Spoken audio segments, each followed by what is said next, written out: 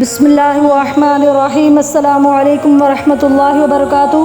سب سے بڑی بات تو یہ ہے کہ یہ جو رزق ہے یہ اتنی چھوٹی سی بات ہے جو کہ ہمارے ہاں بہت بڑی چیز بن چکی ہے، کیونکہ اللہ تو رزق بغیر مانگے بھی دے دیتا ہے، لیکن ہمیں مانگنے میں کے باوجود نہیں مل رہا، قرضے میں، غربت میں اور اسی طرح برے حال میں زندگی بسر کر رہے ہیں۔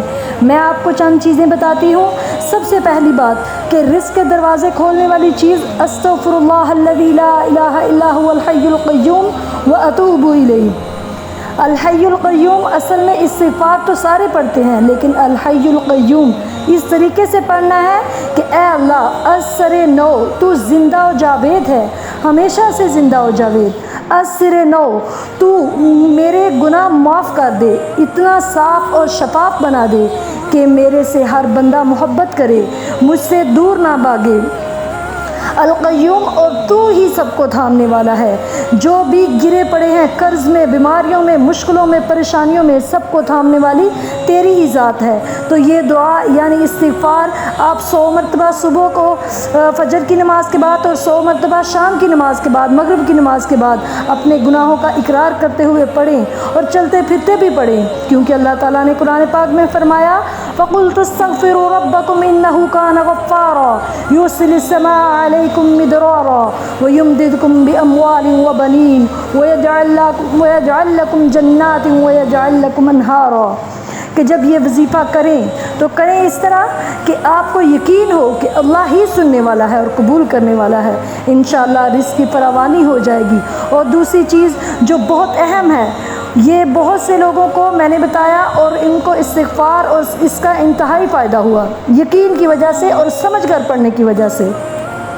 آپ یہ خواب پہاڑوں کی مانند بھی قرضے میں کیوں نہ ڈوبے ہوں، بس یقین کامل کے ساتھ یہ دعا پڑھتے رہیں، 5 نمازوں کے بعد بھی، چلتے پھرتے بھی، تو انشاءاللہ العظیم اللہ کی طرف سے غیب کی مدد ضرور آئے گی اور قرض ادا ہو جائے گا۔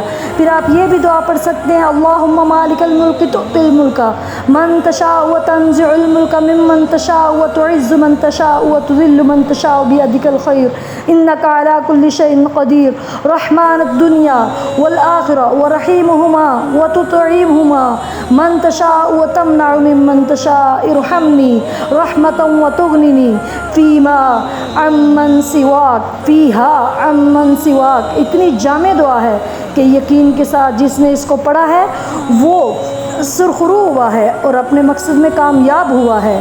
اور خاص طور پر اس دعا میں رحمان الدنیا کا ترجمہ تو دیکھیں کہ بادشاہوں کے بادشاہ، اے شہنشاہوں کے شہنشاہ، اے مال کے ارض و سما، اے خال کے کل جہاں، میں تو تیرے سے روٹی بوٹی کا سوال کرتی ہوں، تجھ سے ہی بادشاہتیں دینے والا ہے، تو ہی بادشاہتیں دینے والا ہے۔